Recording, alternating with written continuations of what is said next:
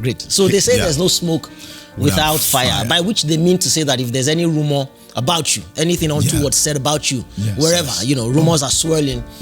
Even if you claim that it's untrue, there must be some element of truth to it somewhere. Exactly. Now, practically speaking, that is not true.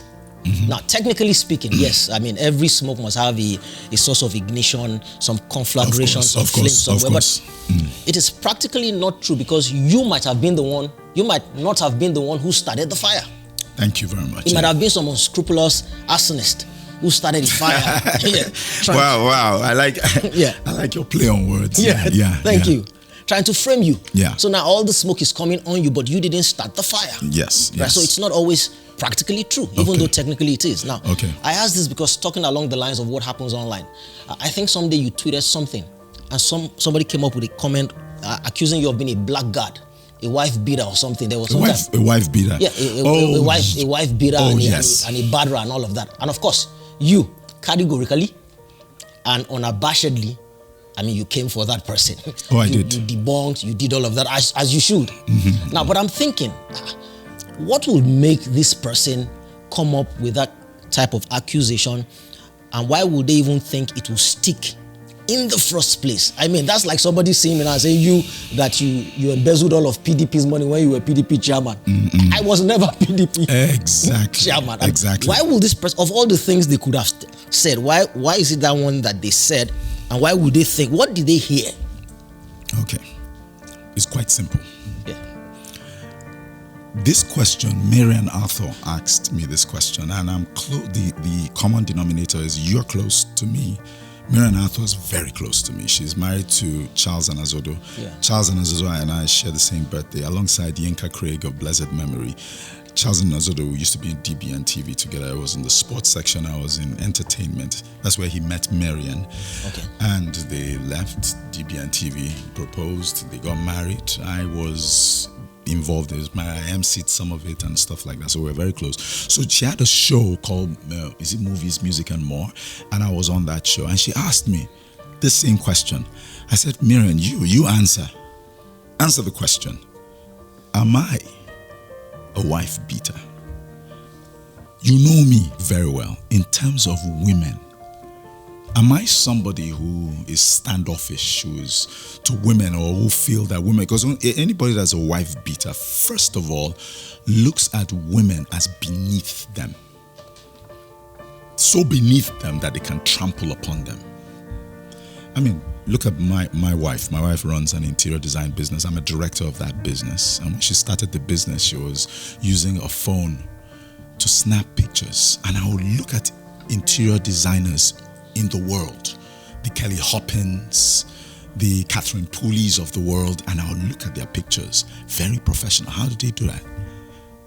So, what did I do? I learned photography because of my wife. So I learned photography.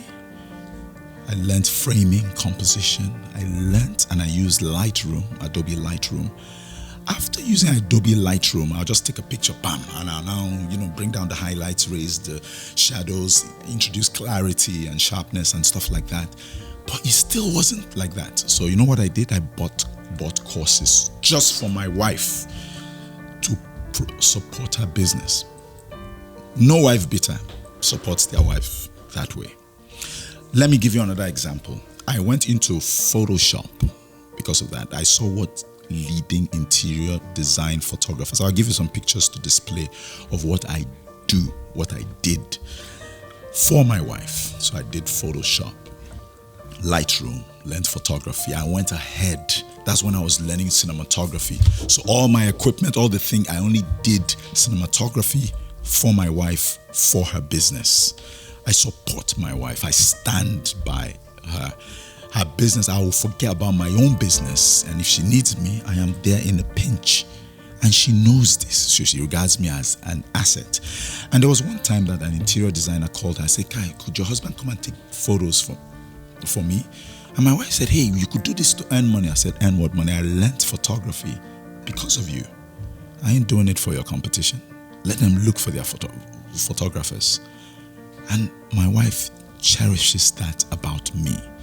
Now tell me, does that really? My wife goes for all interior design shows. Last year, she went to Spain for 2 weeks by herself. Then she said she's going to Ibiza. From there, from Valencia. So she goes and she's videoing me. I said, oh, have fun and everything. Can a wife beater let his wife fly and do anything? Then what's happening? She will now come back and now say, this. Even if the best punishment I can give a woman is malice. I can stay in the same house with you, I'll not talk to you. If you cross the line, my wife knows now, I am the king of malice. I'll not talk to you. I will be whistling with my children. Oh, I love you. I'll be doing all those things. I say, okay, daddy's going out. What do you want me to buy for you? I'll go out, come back late. That is the beating that suffices physical ones. Why are you going? You go and beat a woman, then what? I don't do that. So anybody that says from any corner, crack or crevice that brings out the proposition that I beat women, the person is a big fool because I support women. Let me give you an example. I was doing Who Wants to Be a Millionaire, the first run. So I went to City Mall. So I'm standing there with some guys. Suddenly I see a girl. She's crying. I'm with my friends. I'm like, I do a double take. She's crying. So she's crying. And she looks at me. She recognizes me. I'm like, what's wrong? You know? That girl, I don't know if I still have her number. She runs to me and gives me a hug. I hug, and she cries on my shoulder. And my friends are watching. You know, I told them, hey, let her cry. Then I said, hey, sweetheart, what's wrong with you? What happened? Show me the guy. Just show me. He said, how did you know it was a guy? I said, so what did he do? He didn't touch you? No, okay. What's wrong? He said he's going to break up with me because he feels that this is always suspecting me. I love him. Now he has broken up the relationship. I said, he's broken up the relationship with you? Well, that's why you're crying. Put him on the phone. I kid you not. So I take the hi. I say, hi, my name is Frank Edoho, the guy who wants to be a millionaire. Your girlfriend is here crying. Where are you? Get your ass here and come and give her a hug. Are you stupid? Look at this beautiful girl. She's crying because of you in City Mall publicly. You are there feeling like it. The guy say, oh, was stuttering. Okay, sir. I say, come and meet me. Come and meet her. What are you talking about? I know she's beautiful and you have to be jealous and this, but don't take it over. But you want to break up. The next fine girl you're going to go out, you're going to break up. You're going to be doing break up. And the guy said, okay, give her the phone. And the girl talked to listen. So when they finished and hung up, I said, are you better now? Yeah, better. All right. I hugged her, left. I defend women. It's just a pity that this thing about wife beating and everything will come up. And why would I beat a woman? Where did that come from? What was the flint of a spark that even gave it any sort of life? This is my second marriage. So in the first one, there were some. You see, when you are married, don't involve friends, acquaintances. Don't. Because look, let me tell you something. In marriage, there are quarrels. There are even some quarrels that are overboard. You'll be shouting and everything. If they film you quarreling with your wife, people will say you're a wife beater. Even though you didn't touch her, because there are some things that you are just exasperated about. And that's marriage. You will quarrel. You will have misunderstanding. You see, most people mistake the selection of a partner to be all the good things. You have to look at the bad things and accept them for better, for worse. So if both of you are exhibiting those bad traits, when people look at it, they'll say that's how they are and this is what happens. This is it. So there are many insinuations that come.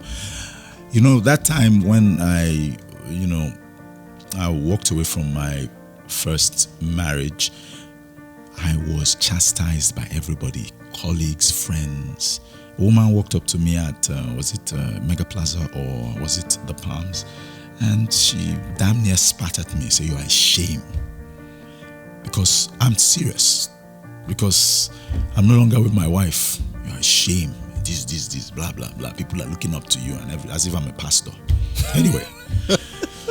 But the long and short of it was that most of my colleagues that came up to me to tell me, why are you leaving your wife, this. And many years after, they came to ask me, how did you do your divorce? Most of them are divorced. Most of them are probably in second marriages now. So marriage is not, if I knew this before, marriage is not for everybody. Marriage is not for everybody. That's one thing. I'm talking about both gentlemen and ladies. Marriage is not, especially the gentleman, because you must know how to overlook the worst thing. Think of it now. What's the worst thing that your wife can ever do to you that is a deal breaker? Do you know you're supposed to forgive her? When I say worst things, I'm talking about the worst thing that you'll be like, hey, if people will hear you, I hear that she did it to you and you stayed, and they'll be laughing at you, you are a fool for staying. Do you know you're supposed to forgive her? So, but some people can't. If you can't, don't marry. Don't. Because you don't have the assurance that your wife won't do that. And you too, vice versa. There are things you will do. The woman will say, although women are more forgiving, are more tolerant. That's why people say women hold. But nowadays, this generation is saying, oh, it's 50-50. Is this? Look, let me tell you, a marriage is the woman that holds. My mother, mothers hold the home. The man pays for the house. I'm telling you. Look, I tell you what I say was. I'm so excited. I tell you what Ifiri Ozako, the late lawyer, I tell you what Ifiri said to me before I got married. Ifiri said, all this thing that you're doing, because there was somebody I was going to marry and, I wasn't sure, then, I was going back and forth. Yeah. Ifiri said to me one day, I'll never forget where he said it. We're riding our power bikes to the beach. Ifiri said, I've just been looking at you for months, you and this, your girl. He said, where we come from as Africans, it is the woman who decides whether or not she wants to marry you. He said, you are an African boy now. He said, if this girl that you're worried about decides she wants to marry you, she knows what to do now. Has she gone to meet your parents? Has she gone to cook in the house? So you see the traits. Has she coming to your house to change the curtain? He said, you have already shown her that you like her. She's your girlfriend now. And you're here worried about marriage. You're worried, which means that she's already in your mind. It's left to her to close the deal. Not you. He said, we're African men. He says the woman that not only closes the deal, but she holds. He said, any woman that wants to marry you, he said, all you have to do is to show your interest and show your love and allow her into your life. Thank you. The moment you have allowed her into your life, if she wants to marry you, she will. She'll go marry you. She will. That's what he said. She will.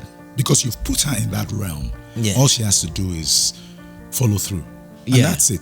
So that's why my wife now, she's like the nucleus of my whole family. She's the nucleus. So she joins my children from my previous marriage. Yeah.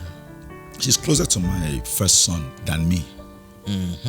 They strategize together. Wow. So it just goes to show you that, women have, I don't know about this generation, and I pray for them because, my daughters are also in that generation, and I pray. I'm just praying because whether feminists like it or not, you cannot behave like a man. In fact, let's spend one more minute on this, the power of women thing, because that's what we're saying, the power of women. Power of women who have the mindset. Yeah. If a woman wants to control, you see, they misconstrue this. And let me tell all women this. If you like, take it. If you like, hey, I'm not forcing it down your throat. But I say, if you want to control a man and have him behaving like a mumu, it's very simple. Submit. Give him the authority. I'm not saying the man, but because of course you know that you have a man, not that he's telling you, come, kneel down, this. No. You know the man you have married. But if you submit and respect him, hey, my husband. Men, there's something that turns men, like, my husband, where are you going? All these girls will be looking at you. That's my wife for you. My wife can't over pamper me. Where did you say you were going? I've told her like 5 times so where I'm going. Then you dress. Where did you say you were going, my husband? Tom Ford. All those girls. Tell those girls that I've gone, so I protect my own. You can go, but don't let me. And they do that. Then you now come back and say, hey, you know what? I want us to do it this way. And she says, no, I prefer this way. I said, I want us to do it this way. She said, my king, you have spoken. So shall it be written, so shall it be done. And she goes and does it. You, the man, you'll be looking at her like, this woman just grew like that.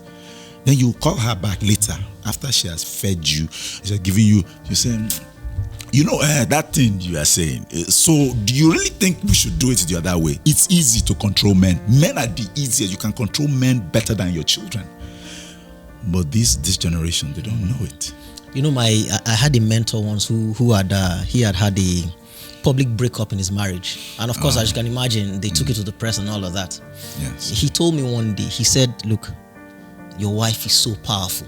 He said, let me tell you something you will find in marriage, which is why you need to take your time before you get married. He said the peace of your house, in fact, he said the mood of your house. See, I'm talking of the physical mood of your house is dependent on the mood of your wife. He said, if you are annoyed and you have a dark mood, he said nobody in the house cares about it.